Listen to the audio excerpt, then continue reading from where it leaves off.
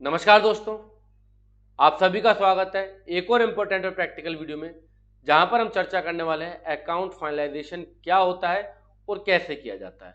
Financial year 23-24 आपका समाप्त होने वाला है। मार्च के मंथ में आप चल रहे हो और कुछ ही दिनों के अंदर आपका मार्च का महीना भी समाप्त हो जाएगा।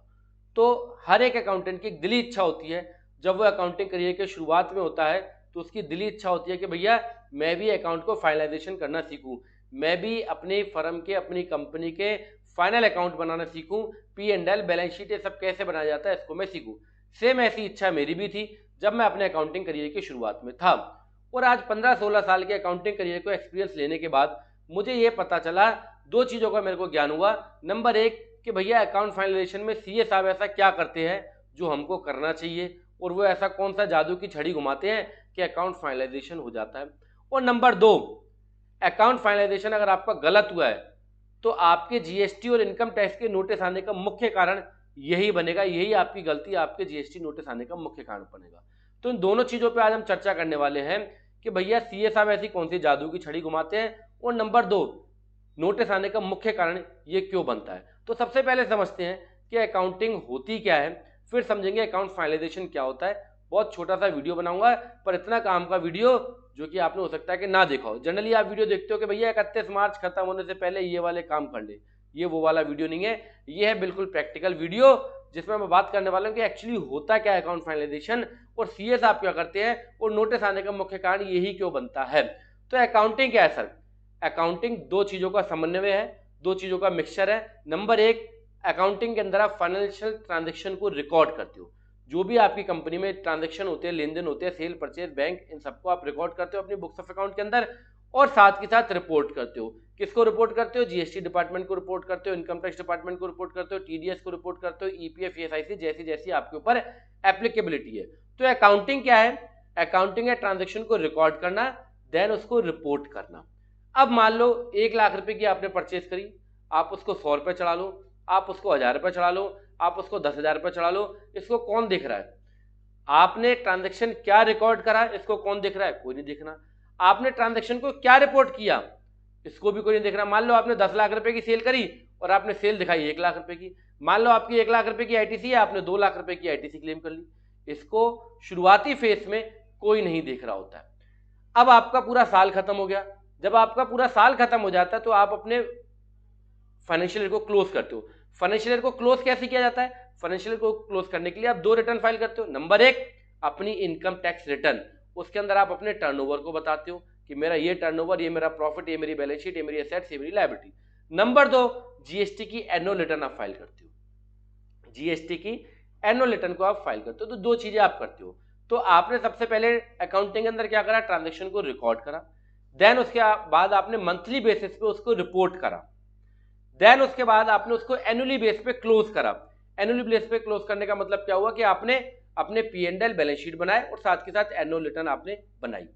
अब डाटा जो आपने रिकॉर्ड करा था और जो रिपोर्ट करा था और उस पर कंफर्मेशन लगा के आपने अपने फाइनल अकाउंट को बना दिया, ये सारा कुछ किसके पास चला गया? डिपार्टमेंट के पास चला गया। अब डिपार्टमेंट क्या करेगा? जो डिपार्टमेंट के पास डाटा है और जो डाटा आपने भेजा है डिपार्टमेंट को, उन दोनों को वो कंपैरिजन करेगा, और दोनों में जब अंतर निकलता है तो आपके पास आता है नोटिस। तो नोटिस आने का मुख्य कारण क्या हो गया? जो आपने ट्रांजैक्शन को रिकॉर्ड करा है और जो रिपोर्ट करा है, उन दोनों में जो वेरिएंस है और जो डिपार्टमेंट के पास डाटा है जो उसमें वेरिएंस आता है, उसके कारण आपको नोटिस आते हैं। रिसेंटली आपको जीएसटी में 17, 18, 18, 19 और 19, 20 के नोटिस आए होंगे। उन सारे नोटिस को आप उठा के देख लेना और इस वीडियो के कमेंट बॉक्स में कमेंट करना। सारे नोटिस केवल किसके हैं? जीएसटी 1 और 3B में डिफरेंस है, जीएसटी 2A और 3B में डिफरेंस है, और जो आपने मंथली रिटर्न 1 और 3B फाइल किया और जो एनुअल रिटर्न आपने फाइल किया, उन दोनों के बीच में जो डिफरेंस है। 99% नोटिस इस बात के होते हैं, 1% नोटिस होता है कि आपके बिल वगैरह रास्ते में पकड़े गए, या आपकी कोई मुखबरी हो गई, आपने कोई गलती की थी, आपने कोई चोरी की थी, उसकी खबर डिपार्टमेंट को पता लग गई, तो उसके कारण आपको नोटिस आएगा। 99% जो नोटिस होते हैं वो केवल इसी चीज के होते हैं, जो आपने मंथली रिटर्न फाइल की है और जो एनुअल रिटर्न फाइल किया उसके डिफरेंसेस, और जो आपने मंथली रिटर्न फाइल की है और जो आपने इनकम टैक्स की रिटर्न फाइल की है, या जो आपने एनुअल रिटर्न फाइल की और जो आपने इनकम टैक्स में डाटा आपने भेजा है, उन दोनों के कारण जो डिफरेंसेस है। तो ये तो हो गया आपके इनकम टैक्स के नोटिस आने का मुख्य कारण और जीएसटी के नोटिस आने का मुख्य कारण। तो दोबारा से इस पूरी चीज को पहले समझते हैं। अकाउंटिंग क्या है? अकाउंटिंग है ट्रांजैक्शन को रिकॉर्ड करना, देन रिपोर्ट करना। ठीक है। डिपार्टमेंट क्या करता है? डिपार्टमेंट चेक करता है जो आपने ट्रांजेक्शन को रिपोर्ट किया और जो डाटा उनके पास है उन दोनों में डिफरेंसेस तो नहीं है, या जो आपने मंथली रिटर्न फाइल किया और जो एनुअल रिटर्न फाइल किया उसमें डिफरेंसेस तो नहीं है, उसके जो डिफरेंसेस है वो आपको नोटिस भेजता है।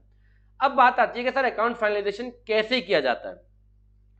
सीए साहब इसमें ऐसा कौन सा हुआ कर देते हैं, सीए साहब ऐसी कौन सी इसमें जादू की छड़ी चला देते हैं कि अकाउंट आपके फाइनलाइजेशन हो जाते हैं। तो जैसा कि मैंने बताया कि 15-16 साल के अकाउंटिंग एक्सपीरियंस लेने के बाद मुझे ये पता लगा कि भैया सीए साहब भी इसके अंदर कुछ नहीं करते हैं।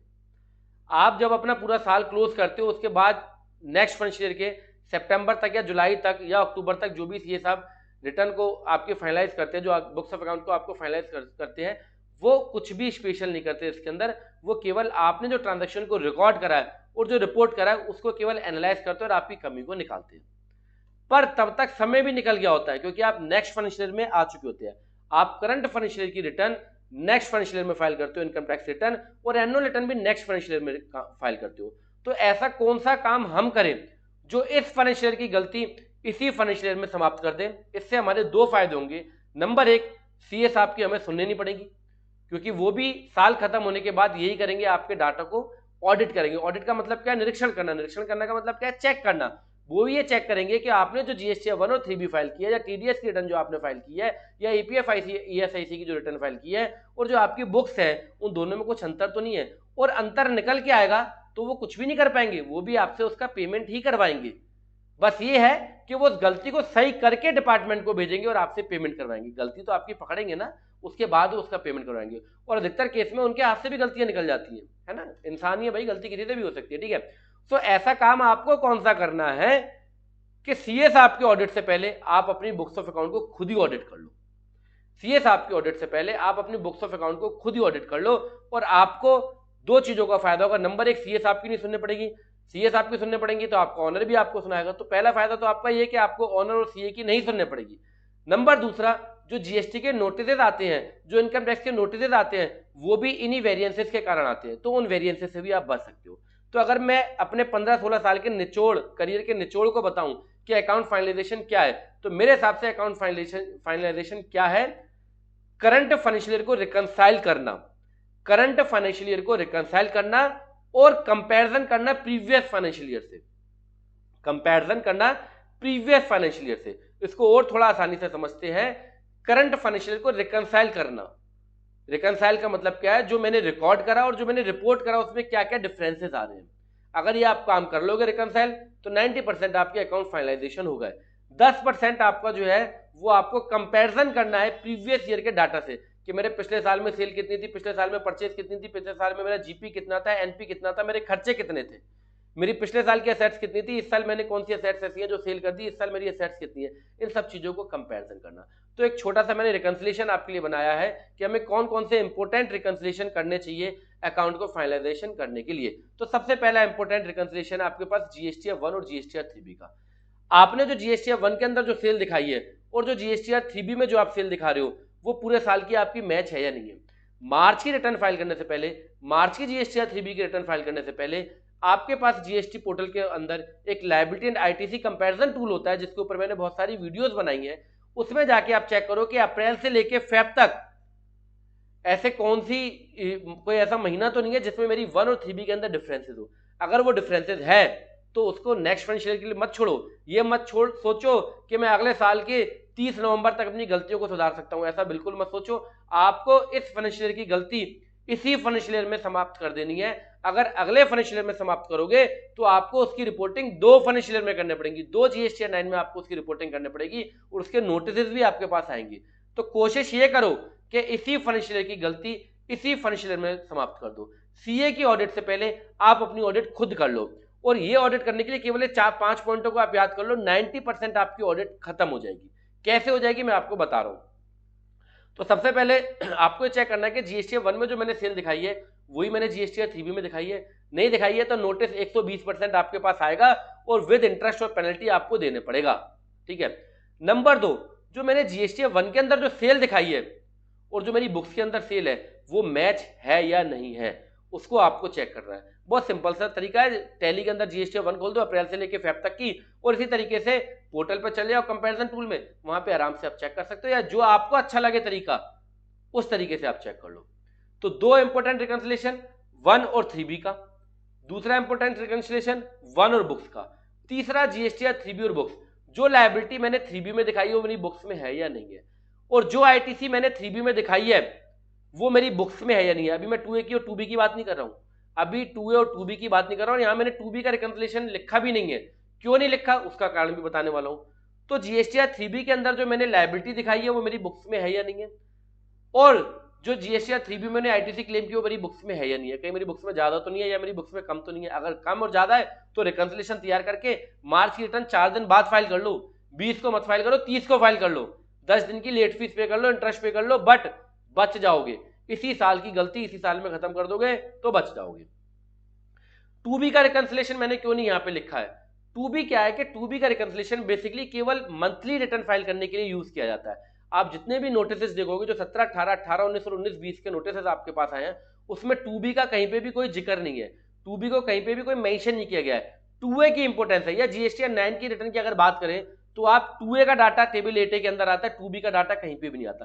तो 2B की इंपोर्टेंस केवल और केवल मंथली जीएसटीआर 3B को रिकंसाइल करने के लिए है। एनुअली जीएसटीआर 3B को या एनुअल रिटर्न फाइल करने के लिए 2B की कोई भी इंपोर्टेंस नहीं है। तो 2A को आपको रिकंसाइल करना है। ऐसे कौन से इनवॉइसेस हैं जो पोर्टल पे मेरी बुक्स में नहीं है या मेरी बुक्स में पोर्टल पे नहीं है, इन चीजों को रिकंसाइल करना है। ये 4 रिकंसिलिएशन अगर आपने जीएसटी के कर लिए तो आपके 100 रिकंसिलिएशन अपने आप तैयार हो जाएंगे। मतलब आप जब जीएसटीआर 1 को मिलाते हो तो जीएसटीआर 1 का मतलब क्या होगा, जिनको आपने माल बेचा, मतलब आपके डेटर, तो आपके डेटर ऑटोमेटिकली रिकंसाइल हो जाते हैं। जब आप जीएसटीआर 3B या 2A को मिलाते हो या आईटीसी को मिलाते हो तो उसके अंदर आपके क्रेडिटर रिकंसाइल हो जाते हैं ऑटोमेटिकली, आपकी परचेज सेल ऑटोमेटिकली रिकंसाइल हो जाती है, आपका जीएसटी ऑटोमेटिकली रिकंसाइल हो जाता है, credit ledger cash ledger reconcile हो जाते हैं।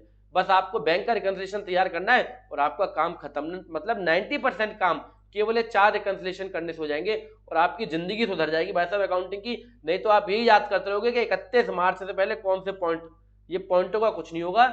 जो मुद्दे की बात है वो केवल इतनी है, अपने आपने सही रिकॉर्डिंग की है या नहीं की है, और जो रिकॉर्डिंग की है उसकी रिपोर्टिंग सही की है या नहीं की है। और अगर वो दोनों चीजें गलत कर दी जाए तो मार्च के महीने के अंदर अपनी रिकॉर्डिंग और रिपोर्टिंग को सही करते हुए, पूरी साल की गलती को निकालते हुए, नेट ऑफ करते हुए जीएसटीआर 3B में सही डाटा और जीएसटीआर 1 में सही डाटा को आप भर दो तो ज्यादा अच्छा है। और अभी जो रिसेंटली 43BH जो कि एक नई कंप्लेंसेज आपके सामने आ गई है, जिसमें आपको अपने क्रेडिटर, अगर आपका क्रेडिटर एमएसएमई में रजिस्टर्ड है और आपकी फर्म ऑडिट होती है तो उस कंडीशन के अंदर आपको अपने क्रेडिटर का पेमेंट टाइम से कर देना है। मार्च का मार्च में कर दो तो ज्यादा अच्छा है, नहीं तो हार्डली 15 अप्रैल तक उसका पेमेंट कर दो। अदरवाइज वो आपकी परचेजेस जो है वो डिसअलाउ कर देगा। कौन? सी अंकल। कौन डिसअलाउ करेगा? सी अंकल आपकी जो है वो एक्सपेंसेस को डिसअलाउ कर देंगे, परचेज के एक्सपेंस को, कैपिटल एक्सपेंसेस को नहीं। ठीक है। सो आई होप जो मेरा पॉइंट है वो आपके सामने क्लियर हो पाया होगा। मैं पूरी वीडियो को दोबारा से समअप कर देता हूं। हर एक अकाउंटेंट की इच्छा है कि वो अकाउंट को फाइनलाइज करे और वो अकाउंट को फाइनलाइज कर रहा है। सीए साहब कुछ स्पेशल नहीं करते, सीए साहब भी आपकी गलती को पकड़ के इसी साल में उस गलती को खत्म करते हैं। तो वो काम आप भी कर लो। आप अपने सीए को अच्छा डाटा दोगे, सीए साहब आपसे खुश हो जाएंगे और हो सकता है आपको और अच्छी अच्छी अपॉर्चुनिटी भी देंगे। ठीक है। नंबर 2, अगर आप अकाउंट फाइनलाइजेशन गलत करते हो, आप रिकॉर्डिंग और रिपोर्टिंग डिपार्टमेंट को गलत करते हो, क्योंकि रिकॉर्डिंग भी आप कर रहे हो, रिपोर्टिंग भी आप कर रहे हो, और साथ ही साथ अब आज के समय पे जमाना सारा डिजिटलाइज हो चुका है, तो डिपार्टमेंट के पास भी सारा डाटा है 2A 2B के 2A 2B के ब्याह पे, ई वे बिल के ब्याह पे, ई इनवॉइस के ब्याह पे, उनके पास भी सारा डाटा है। तो वो ये चेक करते हैं कि आपने जो रिपोर्टिंग की है और जो डिपार्टमेंट के पास डाटा है उसमें कुछ अंतर तो नहीं है। केवल यही पूरी अकाउंटिंग है। इसी जाल में आप घूमते हो। इस जाल से बचने के लिए सबसे अच्छा तरीका है कि आप अपने ट्रांजेक्शन को प्रॉपरली रिकॉर्ड करो और रिपोर्ट करने से पहले 100 बार उनको चेक कर लो। रिपोर्ट सही करोगे तो आपको कोई भी नोटिस नहीं आएंगे तो आप उसका जवाब आसानी से बना सकते हो। तो अकाउंट फाइनलाइजेशन केवल इतना ही है, करंट फाइनेंशियल को रिकंसाइल करना और पिछले फाइनेंशियल से करंट फाइनेंशियल के डाटा को थोड़ा सा कंपैरिजन करना कि मेरे पिछले साल में खर्चे कितने थे, इस साल में खर्चा कितना है, पिछले साल में जीपी कितना था, इस साल में मेरा जीपी कितना है, एनपी कितना था, इस साल कितना है। तो उतना काम कर लो। 90% काम आपका इसी फाइनेंशियल ईयर में, इसी मार्च में डन हो जाएगा। अगले साल के लिए आपके पास कोई ज्यादा काम नहीं बचेगा। आई होप वीडियो का मैसेज आपके पास क्लियर हो चुका होगा। ये वीडियो देखने के लिए आपका दिल से धन्यवाद। वीडियो अच्छा लगा हो तो इस वीडियो के कमेंट बॉक्स में कमेंट करके बताओ कि मैंने जो आपको पॉइंट बताए वो वैलिड है या नहीं है। अगेन ये वीडियो देखने के लिए आपका दिल से धन्यवाद। Thank you.